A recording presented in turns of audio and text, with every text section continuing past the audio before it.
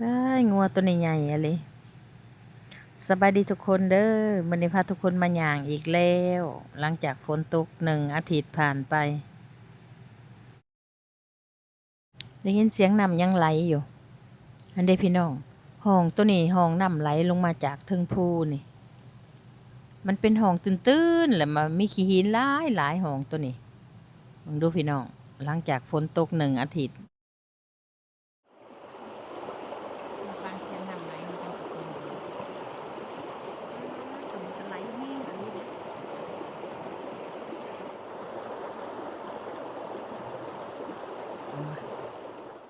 ไปบัดนี้สิพาทุกคนข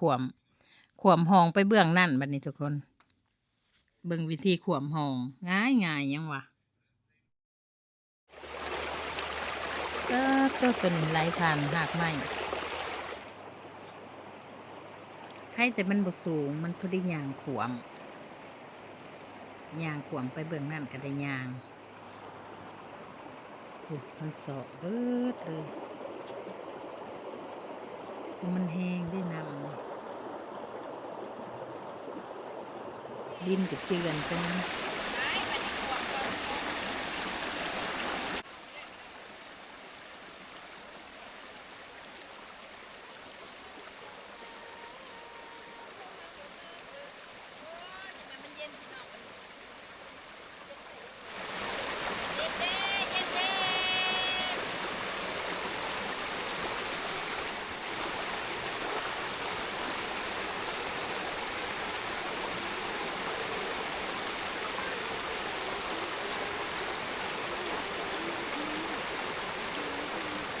แล้วที่ย่างเงี้ยขวมห้องนี่ประมาณ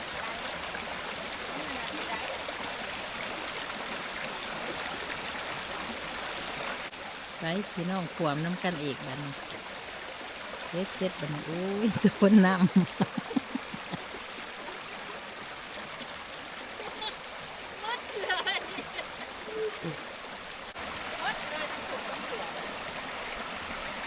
เปียกคักเปียกแน่มันนะไปงานครั้งนะได้แล้วเนี่ยตัวนี้แล้วไงพอตัวนี้ไงตัวนี้แล้วก็ใส่ก้อนหินเลย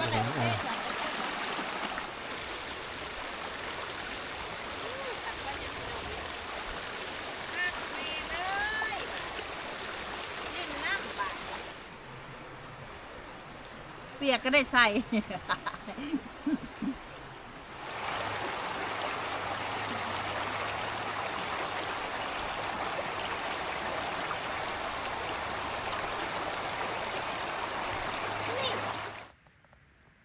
จิแม่มันงามพี่น้องมึงดูต้นไม้ต้นนี้ใบมันอันนี้ว้าวฮัลโหลครึ่งหนึ่ง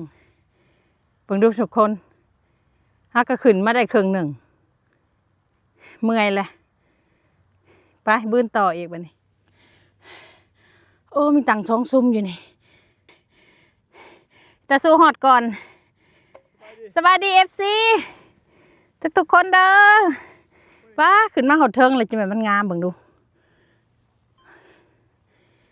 แดดกับพอดีมันบ่แดดแห้งน่ะ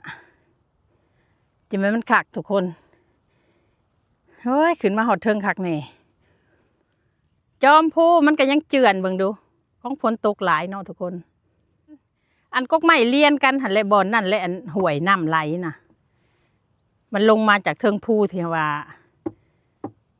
ยืนอยู่นี่แหละบ่อนต้นไม้มันเป็นแถวไปหาเมนห้วยน้ำไหลโอ้ยไผนั่งข้างๆนี่ FC กับเมื่อยคือกันย่างได้อยู่มื้อนี้ชั่วโมงครึ่งพุ่นได้ตกน้ำหนาวกับปานนี้ย่างขวมห้องผัดตกน้ำซ้ำทุกคนเลยก็เลยสิมาปิดคลิปให้พี่น้องซ้ำมื้อนี้เมื่อยแล้วบัดนี้สิได้กลับบ้านแล้วเนาะทุกคนเนาะเป็นอย่างไรทุกคนวิวบ้านนี่งามแม่นบ่เอาบัดนี้สิได้ปิดคลิปเพียง เท่านี้เนาะทุกคนเนาะพบกันใหม่คลิปหน้าเด้อสำหรับมื้อนี้สบายดีพี่น้องบาย